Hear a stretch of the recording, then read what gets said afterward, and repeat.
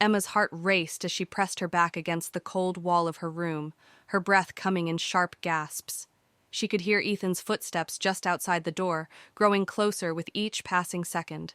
Her hands trembled as she clutched her doll tighter, wishing she could disappear, wishing she could escape. But there was no escape, not anymore. Emma, Ethan's voice called through the door, smooth and insistent. Come on, I told you I'm not going to bite. It's just a game, remember? Her stomach twisted. She had tried to hide, she had tried to stay away, but it never lasted long. He always found her. Emma squeezed her eyes shut, holding back tears. She wanted to scream, to tell someone what was happening, but there was no one who would listen. She was all alone. Just hours earlier, everything seemed normal. The Miller family's grand house stood tall and pristine, filled with expensive furniture and polished floors.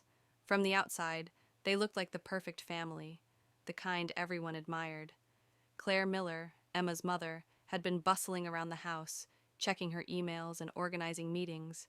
Robert Miller, Emma's father, was already in his study, immersed in his laptop, working on business plans. Their life was a whirlwind of success. But one thing was always missing: time for Emma. Emma often found herself alone, playing in the corners of their huge house, her only company being the faint hum of the refrigerator or the tick of the wall clock. Her parents were always too busy to notice, too preoccupied with their own lives to see that Emma needed them. But today was different. Ethan, Emma's older cousin, had come to visit for the holidays, and though Emma didn't realize it yet, his arrival would change everything. Ethan was just 10, a few years older than Emma, but already he had a certain dark charm that made her uneasy.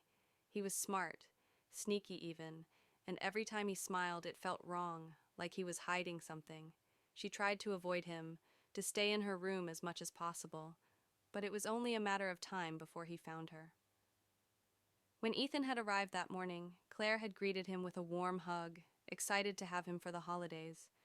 But Emma had stayed in her room, avoiding the whole scene. She didn't want to be around him, but her mother, as usual, had no time to notice. Emma, Claire had called, come downstairs and say hello to Ethan. He's family after all.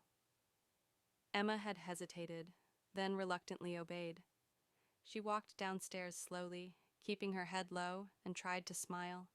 But Ethan's eyes made her nervous. His grin, wide and sly, didn't reach his eyes. He wasn't just her cousin. He was someone she didn't trust, someone who made her skin crawl. Hi, Emma, Ethan said in his usual playful tone, though it felt more like a command than a greeting. He leaned forward as if to hug her. He held her tight and whispered something in her ear. You know you are mine, right? Emma pulled back quickly. Something about what Ethan said made her feel trapped, like she couldn't breathe properly. Her mother smiled and ruffled Emma's hair. Come on, sweetie. He's just here to visit. You two should bond, okay? We're family after all. Emma nodded, but her thoughts raced. She didn't want to play. She didn't want to be near Ethan. But her mother was already gone, busy with work, and she couldn't argue. She found herself sitting on the couch beside him later, trying to ignore the knot in her stomach. Ethan was different. When he looked at her, it was too intense, too interested. He kept asking her questions, pushing her to play games she didn't want to play. All the while, Emma kept telling herself that she had to stay calm. But that didn't last long. As the afternoon wore on, Emma began to feel something shift. Ethan's games grew more uncomfortable, his smiles more insistent. He would caress her hair and her back.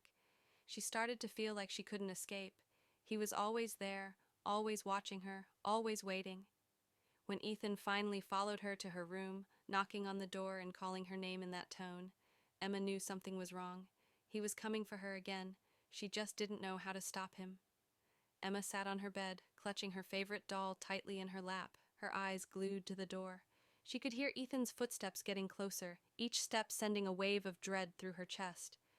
She told herself to be strong, to ignore the panic, but it was impossible.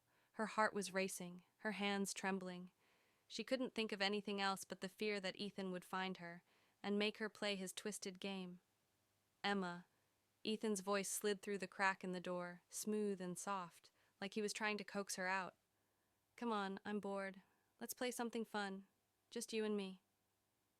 Emma closed her eyes for a moment, trying to steady her breath. She couldn't hide forever, could she? She had to be brave. But every time she thought about Ethan's grin,